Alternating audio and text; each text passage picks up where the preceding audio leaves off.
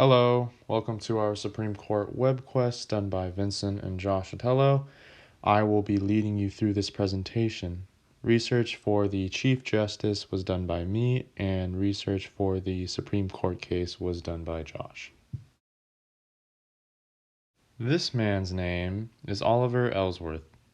He was the third Chief Justice in America's history and a Federalist. He didn't do much in his time in the Supreme Court.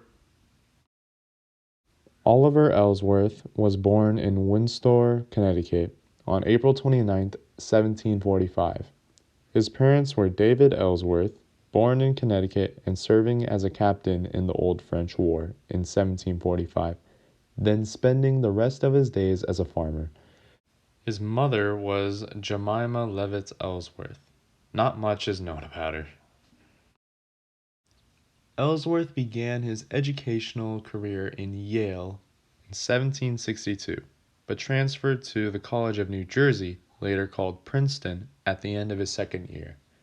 He continued to study theology and received his Bachelor's of Arts degree after 2 years, then eventually earning a law degree.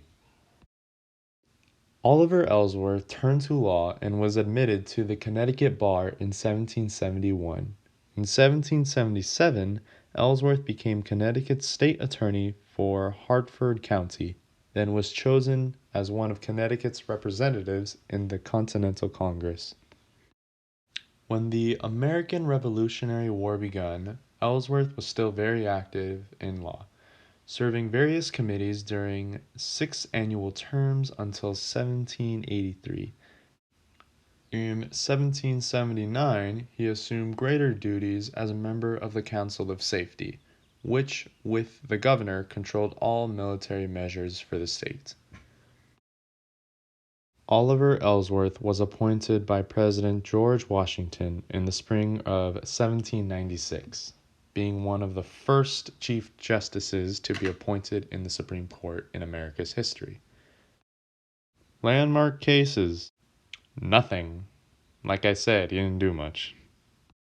After serving 4 years in the Supreme Court, Oliver Ellsworth resigned in the year 1800, in the month of October. He died in 1807 due to ill health at the age of 62, which at the time was considered to be a full life. Our court case is Dennis versus the United States.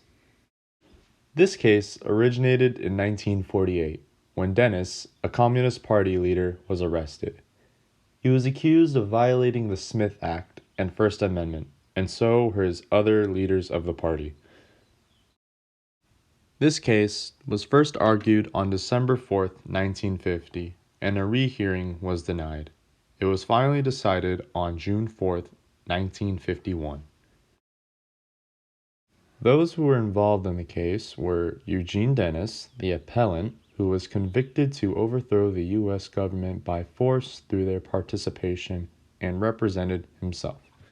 The United States, the appellee, who was defending their First Amendment.